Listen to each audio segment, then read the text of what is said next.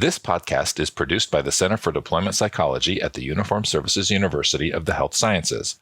The views expressed are those of the speakers and do not necessarily reflect the opinions of the Uniformed Services University, the Department of Defense, or the U.S. government. In addition, references to any specific companies, products, processes, or services does not necessarily constitute or imply endorsement by the Uniformed Services University, the Department of Defense, or the U.S. government. Welcome to CDP's podcast, Practical for Your Practice, where we give you actionable intel to support what you do. One colleague to another. Hello and welcome to Practical for Your Practice. I'm Andy Santinello, Senior Military Behavioral Health Psychologist at the Center for Deployment Psychology. And I've got Kevin with me today. Hey, everybody. Hey, Kevin, how you doing? I know you're playing hurt today. You're working on a migraine, so I appreciate you showing up. You know, I guess it's all about showing up, right? So yeah, is it crazy things? Mike is here to edit it out. That's the good news. It's just the migraine talking. That's right. Yeah, Dr. Holloway harnessing all of his psychological flexibility skills to be here today. Sure. And we are excited to have one of my best friends, maybe my best friend, and a longtime colleague, Dr. Joshua Semiatin, with us. Hey, Josh. Hey, glad to be here. Thanks for being here. So can you tell our listeners a little bit about who you are and what you do? Yeah, I am a psychologist. I'm the program manager for outpatient mental health services for VA Maryland healthcare system. Although I should be clear, I'm not here representing VA Maryland or the VA writ large in any way, shape, or form. It's just Josh. That's what I do. Just Josh. Yeah. Stay tuned for Josh's podcast, Just Josh, coming in. Just Josh with Josh. And we're also happy to have Jenna with us today. Hey, Jenna. Glad to join. Thanks for having me too. So Josh, we've had many conversations over the years about being psychologists and therapists and practicing evidence-based psychotherapy. And I believe, as far as the clinicians I know, I think you are probably the best trained therapist in evidence-based psychotherapies that I know. What does that mean? Yeah, what does that mean? I was going to say, wow. I want to know more about that. Yeah. So you could use different criteria for that, but the criteria I'm using is, I believe, Josh, you have been through at least 6 or 7 of the VA evidence-based psychotherapy rollout trainings, so including intensive, 2-day workshops followed on by a period of, fairly lengthy and intensive consultation. And you've completed, I think, all of them. Not only have you enrolled in them, but you've completed all of them. Yeah, that does sound right. Yeah, that's impressive. Yeah. It's a lot of me being an imposter and trying to prove otherwise. But getting some good training in the meantime. Padding the CV whilst doing that, right? Yeah. And thanks to the VA for offering those. Yeah. Yeah, it's an incredible. So first of all, it's an incredible opportunity to be able to train in those things, but also, gosh, the dedication and commitment and fortitude to finish all of those trainings is something else. And so, which of the trainings can you name the therapies that you've actually been trained in? Yeah, I'll try. PE, CPT. So maybe I'll just say prolonged exposure, cognitive processing therapy, cognitive behavioral conjoint therapy for PTSD, motivational enhancement therapy, ACT for depression, integrative behavioral couple therapy.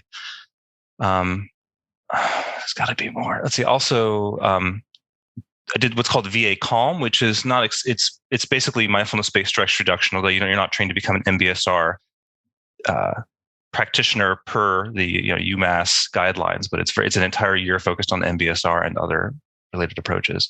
I think I'm missing one. But it doesn't matter. Yeah, cognitive behavior therapy for insomnia. Yes, that as well. Yeah, maybe. Yeah, and maybe one more. But yeah, those are some of the main ones I use. So let me ask you, so you've successfully completed all those trainings, all the consultation. When you sit across from a client now, you feel completely confident and competent all of the time, right? Got all the tools in the toolbox. Yeah. I've got all the manuals burned in my brain. I just worksheets come out my ears. No, that's not at all the case. I constantly question, what am I doing? What am I doing right now? And I constantly, in my best moments, I think, refer back to when I was an intern before I did any of these trainings. One of my supervisors told me, and I think many of you may have gotten a similar message of, if someone were to bust through your door right now in session, just, obviously inappropriately, but it doesn't matter, bust through your door right now, with the best intentions and yell at you and point at you and say, who are you? What are you doing? And why are you doing it? Who are you? I can answer that one pretty well, but what are you doing and why are you doing it? What's your conceptualization and how are you following that right now using evidence-based principles? You should be able to answer that, boom, right now. And I defer back to that question quite a bit. What am I doing? Why am I doing it? What's my conceptualization? How does this fit the spirit of the model? I still question that all the time. I thought my internship was rough. I didn't know the threats of people busting in and defending what I had to do. So I'm bowing down to you. The Kool-Aid man those are great questions. The Kool-Aid man was his supervisor. I was just thinking that on my internship, I thought I was more confident in answering questions like that than I am now. Which I thought I knew everything as an intern. I think as we develop over our career, I don't know, for myself, I feel more humble as time goes on. And I think when we work with, there's something about being an early career behavioral health provider where maybe that serves you well to kind of have that bravado a little bit more and kind of gets you through those rough moments. But I think as time goes on, and I love those questions, they are powerful throughout your developmental career, I think, as a behavioral health provider. Yeah, that Dunning-Kruger effect is something I'm thinking about a lot more, sort of the more I get into my career. And it's interesting. Those of us who aren't as smart as you, can you say what that effect is, please? It's essentially what we were just talking about, that when you have a little bit of training, you think you know everything and you're really confident in what you're doing. So there's sort of a curve, like the more training, a little bit of training, your confidence is really high. And they call that Mount Stupidity. And then the more you if you're paying attention, soon afterward, you start to realize that you really don't know much at all. And then you're sort of in the valley of despair.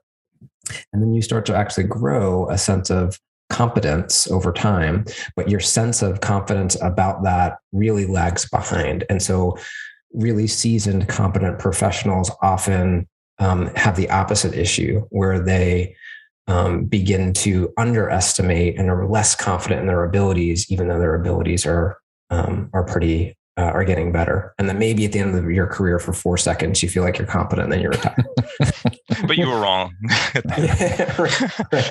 Right. Yeah, this is kind of sophomoric stage, is partly what you're saying of psychotherapy and EDP training, where you're the wise fool, and then later on you're really wise, but you really doubt, and that can be a stuck place to be, where you have a lot of skills and then you get stuck because you doubt and you question, I should know more, but why am I not being as effective as I should be?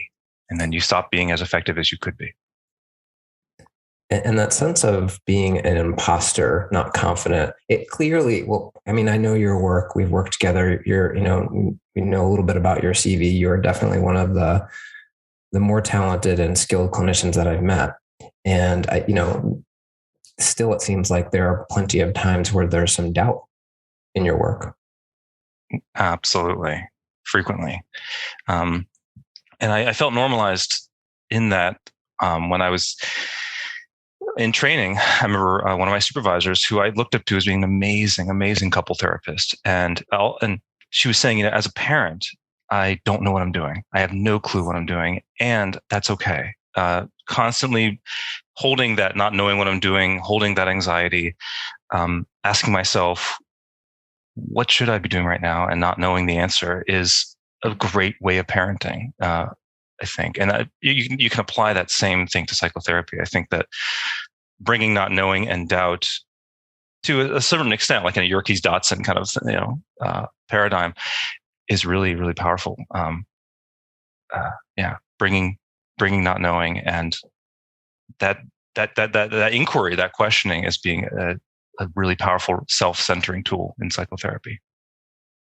So when it comes to training and using training to become more competent, have you found that there have been times where maybe you've signed up for a training or gone through it hoping that maybe it was going to help you to be more confident, like maybe push that imposter syndrome back into the closet or something, or get rid of it altogether? Like, have you kind of noticed maybe that being part of your interest in getting some more training? That's been a huge part of it. For a long time, and even still now, it's almost like addiction is too strong a word, but it's almost like this. Ooh, yeah, I want that hit of feeling like, yeah, I'm not this. It's one more nail in the coffin against becoming obsolete someday. Mm-hmm. It's the same when buying books. On the podcast, you can't see it, but I got this whole bookshelf full of books, most of which I haven't read. And is that same kind of hit. I buy the book. Oh man, that's a really great new book, shiny, written by a great author. Now I'm a little more confident. That's one less possibility, one less chance for me becoming obsolete and scorned as a psychotherapist and being useless as a psychotherapist. But I don't even read the book. It sits on my desk. It looks shiny and nice. So the answer to your question, yes, I've signed up for almost all these trainings with a good chunk of, I want to avoid this feeling of becoming obsolete. It's just so interesting because I think about my experience too, and I do the same. I do the same thing. I think recently I bought 3 or 4, books around a topic that I know really well for the same. Like, I need that new worksheet, or this is like an interesting way of describing this concept. And often when I buy those books, it's when I'm feeling a sense of doubt or insecurity about my practice, or I'm working with a challenging client, often really early in therapy, and I don't know them well because I just met them 2 days ago, and then there's the idea that if I just read enough, or am smart enough, or have enough new concepts, then I'm going to feel like I'm ready to go. When in fact, it might be good to have those new concepts in that training to bring to bear and have it come out of you when it's appropriate. But I haven't found that's all that helpful in helping me to feel confident. No, it doesn't. It doesn't chase the imposter away. Yeah. So I have a question though, and there's a part of me that's like, in some ways, I could see somebody getting the message of, training, ordering books, reading stuff, not that helpful. And on the one hand, I think, gosh, it really is important, to have good training and to be skilled and to develop new skill sets. On the other hand, it's not that you're saying don't get trained. Part of what you're saying is that that's not the cure for feeling like the imposter. Yeah. But there are other things to do in addition to being trained. You're not going to chase it away just by going to all these workshops and attending all these consultations and such. Exactly. Okay. Be trained as an imposter, not really. Take your imposter syndrome to the training. Training is a beautiful, beautiful thing, especially when there's opportunities to put it into practice quickly afterwards and really hone it in, and get some consultation if possible from colleagues. The intentions we bring to training are really important for how skillfully we're going to bring that training into the therapy room. I think that's so important to model for.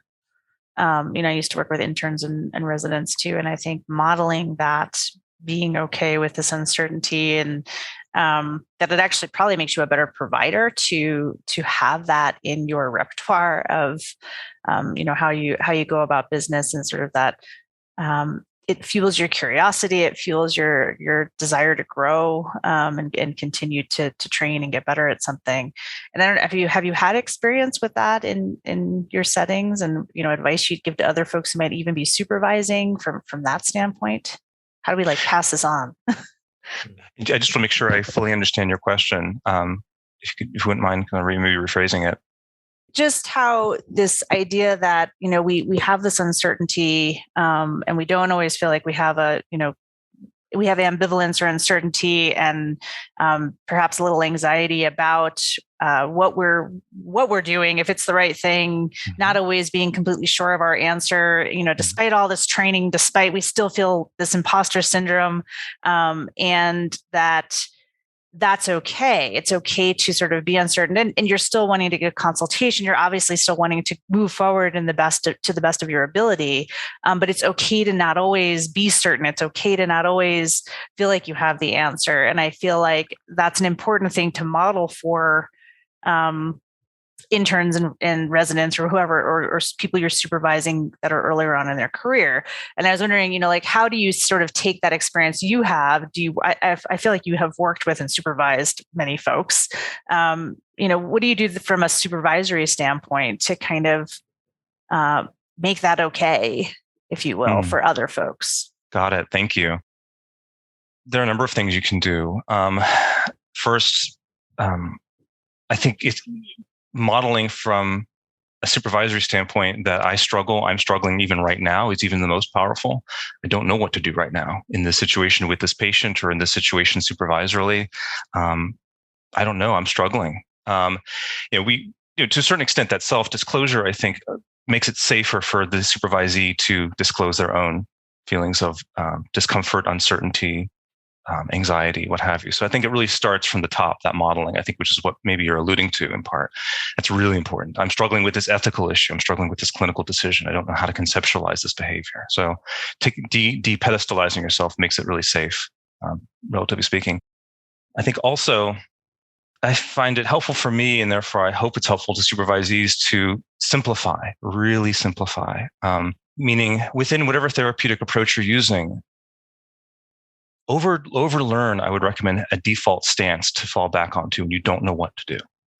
We are, by and large, highly educated individuals. We've because of how we've learned in school, I think we don't know what to do. We often, myself very much included, we tend to fall back on concepts, explaining theory, offering more education, more words, more ideas, more concepts. Instead of, and we want to try to fix. We're anxious. We want to try to make it better. And those are beautiful, compassionate intentions, but are often not the most skillful intentions. So I encourage supervisees to develop a very simple, clear stance to fall back to, kind of your default stance. If you were to do, karate, I don't do karate, so I apologize to karate practitioners if I'm saying everything wrong about your practice. But like in CBT, if you don't know what to do, maybe just lean into some Socratic questioning. In ACT, if you don't know what to do, maybe just leaning into beginner's mind. I don't know, kind of in your own stance, and just become just really curious about the present moment experiences, encouraging them to make space for the present moment experiences. I don't know what's going on right now, versus trying to kind of flip through the manual in your mind, or try to just plow on with what the manual says you do in today's session, robotically. Have a simplistic stance that's spiritually consistent with the model, and fall back to it when you don't know what to do. I really like that. Thank you. Yeah. Me too. I guess I was reflecting a little bit too on my own experience as well. I mean, I think like everybody, there are certainly those times that I've felt that imposter syndrome. And I think about in that moment with a client, what am I supposed to do next? The times that was way more keenly felt, I think too, is when I kind of made the leap from doing clinical work in the VA where I did my internship, or in the DoD where I saw clients in military hospitals, where these clients were coming for services that weren't necessarily paying out of pocket for like right away. And so when I started seeing clients in private practice, I felt this extra burden of they're paying for something. They're paying for expertise to tell them what to do next. They're paying for getting better.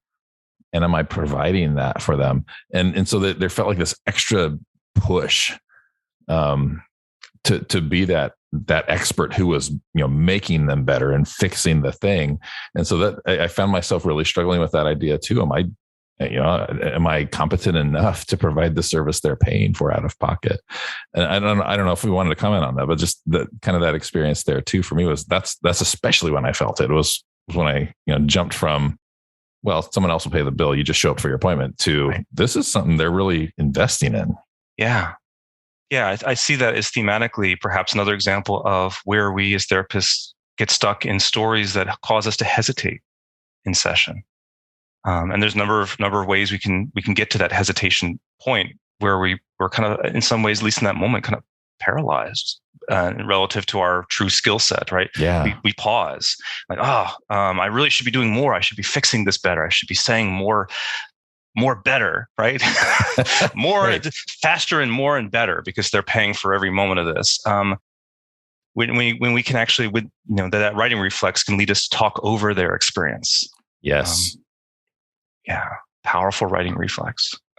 And so, yeah, it kind of that relates, I think, very strongly to our theme of when we get training to try to remove the imposterness of our minds.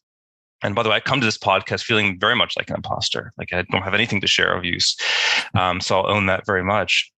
But when we pursue training with that spirit, again, we can take that spirit with us. We don't have to not have that spirit to be trained. I take that spirit with me to all my trainings. It comes right alongside me. But if that's the intention, is I want that feeling to go away, it's probably just going to expand that sense of imposterness, because now we've got all this knowledge and now we should know even more than we used to know. Right. And now in therapy, I'm even better than I was. I've got all these great words and worksheets. And then we try to do the Rolodex in our mind and prove to ourselves that we are who we have trained ourselves to be. And we're not really there. We're stuck. Especially when the clients that we're seeing are not following those example cases you hear about in the trainings too, right? Right. That somehow they took a left turn and like, well, what am I supposed to do now? Or this, spiel that we've polished isn't landing on them the way that we intended it to. That those are those moments, where it's like, well, now what do I fall back to? I guess is what I'm thinking about. What you were just talking about. What do I fall back to when that's not landing? Yeah. Or when I'm trying, or when I'm trying to control this process too much. Yeah. Yeah. It reminds me of, it was a very insightful book from Irvin Yalom, who's of course a terrific therapist. It's not a comment on that whatsoever. Terrific, amazing therapist and writer, but a book, I forget the title of it, where he and a client of his both documented their course of therapy and compared the two. And, paraphrasing, of course, his recollection was, in session X, I made this brilliant, beautifully timed insight. I used just the right words and bam. And in that same session, the client's recollection of the session was, he really heard me. He really heard me in terms of how I was struggling and feeling. He was there. He heard me. Missed the insight. And that's so interesting too, because like another huge part of this are the client's reactions and what they're perceiving as helpful. Even if we think we're doing one thing, they may be getting something totally different. And we might think we're doing exactly what the manual says to do and therefore doing good therapy. And we might be, but it may be a totally different experience for the client. Yeah. Yeah. Really kind of coming back to the parenting comparison or parallel. I think a powerful therapist is a therapist who, to a certain degree, lets go of certainty, really is uncertain. Not to the point where they're feeling just throwing our hands up in the air and saying, I'm a worthless therapist. That's obviously not useful and not true. But it's just uncertain as to where to go in this particular moment. And that by doing so, you kind of let go of a tight grasp on what, all the things you should be doing, but aren't doing well enough, and just show up. So I had one more question for you, and then I think it's probably time for actionable intel. Mm-hmm. Earlier on, Kevin was talking about intentions, and we've been talking about intentions and approaching training. And it seems like one of the intentions that's probably not helpful to have is like, this is going to make me finally once and for all get rid of my imposter syndrome.